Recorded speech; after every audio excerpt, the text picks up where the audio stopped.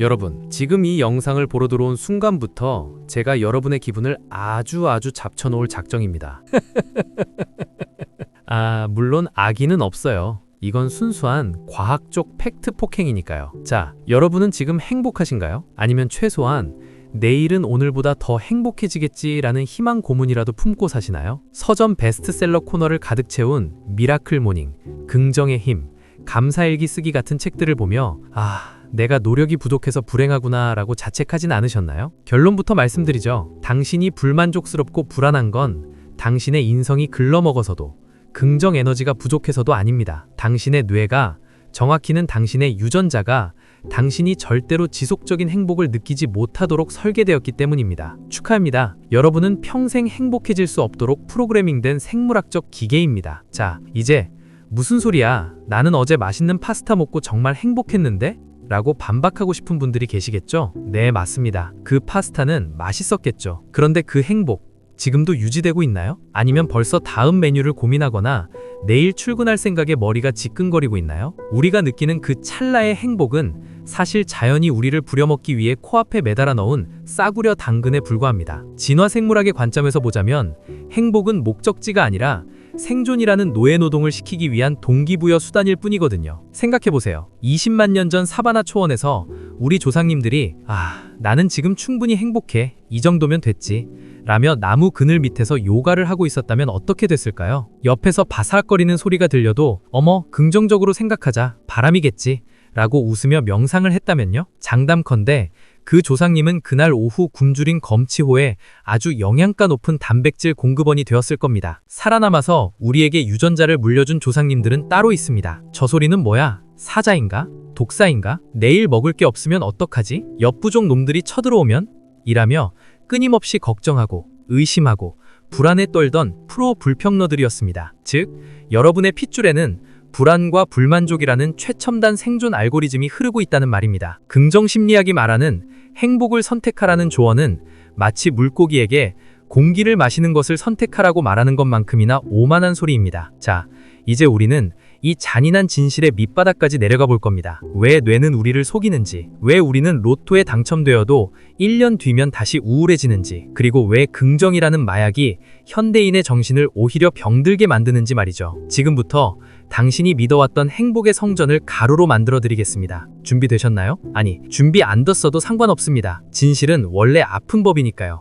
자, 그럼 이 지독한 인류의 생존 게임, 그 설계도면을 같이 펼쳐보시죠. 첫 번째 질문, 왜 우리는 항상 무언가를 더 원할까요? 연봉이 오르면 행복할 것 같았는데 막상 오르고 나면 왜 옆팀 김대리의 외제차가 눈에 들어오는 걸까요? 이건 뇌과학에서 말하는 쾌락 적응, 헤도닉 애댑테이션의 저주입니다. 우리 뇌는 새로운 자극에 너무나도 빨리 적응합니다. 행복은 절대적인 수치가 아니라 변화량에 반응하거든요. 자, 0에서 10으로 올라갈 때만 반짝 빛나고 10에 도달하는 순간 그건 그냥 기본값이 되어버립니다. 이제 당신은 다시 행복해지기 위해 20을 찾아 떠나야 하는 러닝머신 위에 올라탄 겁니다. 이걸 행복의 쳇바퀴라고 부르는데 사실 이건 쳇바퀴라기보다는 고문에 가깝습니다. 하지만 자연은 우리에게 이 고문을 멈출 권한을 주지 않았습니다. 불만족해야 샤냥을 가고 불만족해야 짝을 찾고 불만족해야 문명을 건설하니까요. 결국 인류 문명의 화려한 발전은 인류 전체가 공유하는 거대한 결핍이 만들어낸 부산물인 셈입니다. 자,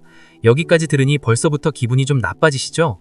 그럼 어쩌라는 거야? 그냥 평생 우울하게 살라는 거야? 라고 묻고 싶으실 겁니다. 진정하세요.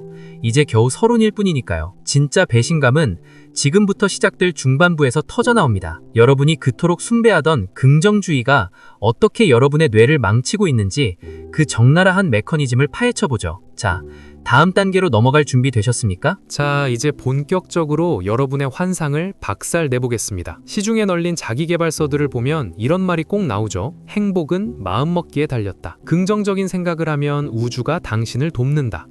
정말 달콤하고 매혹적인 개소리입니다. 만약 이 말이 사실이라면 현대 인류는 역사상 가장 행복해야 정상입니다. 명상 앱이 수천 개고 긍정학원 유튜버들이 조회수 수백만을 찍고 있는데 왜 항우울제 소비량은 매년 과연 역대 최고치를 경신할까요? 답은 간단합니다. 긍정 심리학이라는 이 거대한 산업이 우리 뇌의 경보 시스템을 강제로 끄라고 강요하고 있기 때문입니다. 우리 뇌에는 부정적 편향이라는 아주 훌륭한 생존 장치가 있습니다. 기분 좋은 꽃향기보다 저 멀리서 다가오는 썩은 고기 냄새에 10배는 더 민감하게 반응하도록 설계됐죠. 왜냐고요? 꽃향기를 못 맡으면 그냥 기분이 좀 안 좋을 뿐이지만 썩은 고기를 먹으면 죽으니까요. 그런데 현대의 긍정주의는 이 생존 본능을 고쳐야 할 질병 취급합니다. 불안을 느끼면 어머, 너 너무 부정적이다. 감사일기 좀 써봐. 라고 말하죠. 이건 마치 엔진 과열 경고등이 켜진 자동차 운전자에게 경고등이 빨간색이라 보기 안 좋으니 검은 테이프로 붙여버려 라고 조언하는 것과 같습니다. 경고등을 가린다고 엔진이 식습니까? 아니요. 결국 엔진은 터지고 차는 폐차장으로 갑니다. 이게 바로 현대인이 겪는 번아웃과 우울증의 실체입니다. 자연스러운 생존 신호를 억지로 누르다 보니 뇌가 과부하로 타버리는 거죠. 자, 여기서 더 잔인한 팩트 하나 던져드릴까요? 여러분이 그토록 원하는 행복을 느끼게 해주는 신경전달 물질, 도파민과 세로토닌에 대해 알아봅시다. 이 녀석들은 여러분을 행복하게 해주려고 존재하는 게 아닙니다. 도파민은 보상이 아니라 기대의 호르몬입니다. 맛있는 음식을 먹을 때보다 인스타그램에서 맛집 사진을 보며 와, 맛있겠다 라고 기대할 때 도파민 수치가 훨씬 높게 치솟습니다. 막상 입에 넣는 순간 도파민 수치는 수직 낙하합니다. 뇌 입장에서는 이미 목표를 달성했으니 더 이상 보상을 줄 필요가 없는 거죠. 자, 이제 먹었지? 그럼 다음 사냥감을 찾아 떠나야지? 얼른 움직여. 라고 채찍질을 시작하는 겁니다. 우리는 평생 이 도파민 신기루를 쫓아 달리는 경주마에 불과합니다. 결승선에 도달하면 행복이 기다릴 줄 알았는데 막상 가보니 결승선이 저 멀리 뒤로 밀려나 있는 기분 느껴보셨죠? 그게 바로 당신의 유전자가 당신을 부려먹는 방식입니다. 세로토닌은 또 어떻고요? 이건 비교의 호르몬입니다. 내가 남보다 우월하다고 느껴질 때, 내 서열이 안정적일 때 분비됩니다. 긍정주의자들이 말하는 남과 비교하지 말고 어제의 나와 비교하라는 말, 생물학적으로는 거의 불가능에 가깝습니다. 우리 뇌는 태생적으로 주변 동료들의 상태를 스캐닝하며 내 위치를 확인하도록 세팅되어 있습니다. 원시시대에 서열이 밀린다는 건 굶주림과 죽음을 의미했으니까요. 그런데 지금은 어떻습니까? 손가락만 까닥하면 전 세계 상위 0.1%의 화려한 삶이 내 눈앞에 펼쳐집니다. 뇌는 착각합니다. 야, 너 지금 서열 꼴찌야. 빨리 불안해해. 빨리 불만족스러워하라고. 이 본능적인 비명을 나는 나를 사랑해 라는 자기 암시로 덮으려고 하니 괴리감만 커지는 겁니다. 결국 긍정심리학은 자본주의가 만들어낸 가장 정교한 통제 도구일지도 모릅니다. 네가 불행한 건 사회 구조나 생물학적 한계 때문이 아니라 네 마음가짐이 썩었지 때문이야 라고 개인에게 모든 책임을 전가하거든요. 얼마나 효율적인 통제입니까? 노동자들이 불만을 가질 때마다 명상음악을 틀어주면 되니까요. 자, 이제 좀 정신이 드십니까?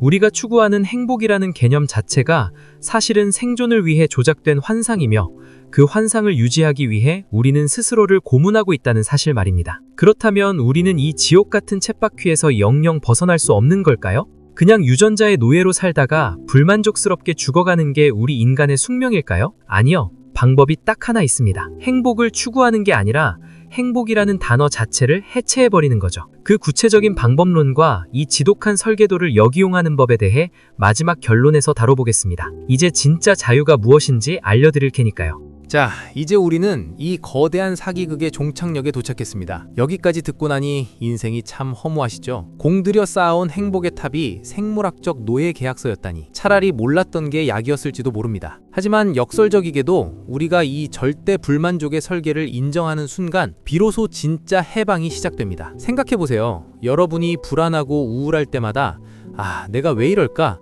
긍정적으로 생각해야지 라며 스스로를 채찍질하던 그 에너지가 얼마나 소모적이었는지 말입니다. 이제는 그럴 필요가 없습니다. 불안이 엄습하면 그냥 이렇게 중얼거리세요. 오, 내 유전자가 오늘도 생존하려고 열심히 일하고 있네?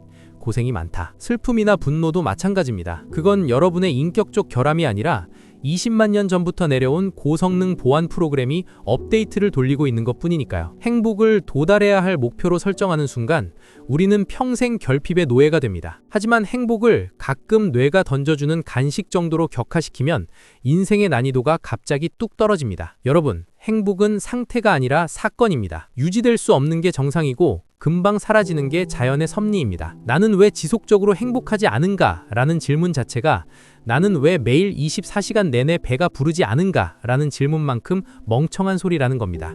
배가 고파야 밥을 먹듯 불만족스러워야 우리는 움직이고 배우고 성장합니다. 결국 우리를 괴롭히던 그 지독한 불행이 실은 우리를 살아있게 만드는 가장 강력한 엔진이었던 셈이죠. 이제 긍정심리학이 씌워놓은 그 가식적인 가면을 벗어던지세요. 억지로 웃지 않아도 됩니다. 억지로 감사하지 않아도 됩니다. 우주는 당신의 감사일기에 관심이 없습니다. 대신 당신의 뇌가 설계한 이 정교한 게임의 규칙을 역이용하십시오. 도파민이 금방 식는다는 걸 안다면 한 번의 거대한 쾌락 대신 아주 사소하고 작은 자극들을 일상에 흩뿌려 놓으세요. 세로토닌이 비교의 호르몬이라면 인스타그램을 끄고 당신보다 못난 사람을 보며 자위하라는 게 아니라 당신만의 독보적인 작은 영역을 만드세요. 누구와도 비교 불가능한 당신만의 덕질, 당신만의 취미, 당신만의 루틴 말입니다. 거창한 자아실현 같은 소리 하지 않겠습니다. 그냥 이 생물학적 기계의 특성을 파악하고 적절히 기름칠하며 고쳐 쓰는 겁니다. 행복해야 한다는 강박에서 벗어나는 것. 그것이 현대인이 누릴 수 있는 유일하고도 진정한 사치입니다. 자, 이제 거울을 보세요. 여전히 불안하고 여전히 내일이 걱정되시나요? 아주 훌륭합니다. 당신은 아주 건강하게 생존 본능이 작동하고 있는 인간이라는 증거니까요. 긍정의 늪에서 허우적대며 나는 행복하다고 자기 최면을 거는 좀비들보다 자신의 불안을 지치하고 뚜벅뚜벅 걸어가는 당신이 훨씬 더 진화된 인간입니다. 오늘 밤엔 맛있는 거나 드세요. 비록 내일 아침이면 그 포만감은 사라지겠지만 그게 뭐 어떻습니까? 원래 인간은 그렇게 배고프고 불만족스럽고 투덜대며 살아가는 존재인걸요. 행복의 배신을 환영합니다. 그리고 그 배신 위에서 비로소 시작될 당신의 진짜 삶을 응원합니다. 물론 제 영상이 마음에 안 드신다면 그것도 아주 자연스러운 생존 반응입니다. 하지만 구독과 좋아요를 누르면 뇌에서 아주 미세한 도파민이 나올지도 모르니 믿져야 본전 아니겠습니까? 이상 당신의 뇌를 탈탈 털어드린 생각의 구조공학이었습니다. 다음 영상에선 더 잔인한 진실로 찾아오죠.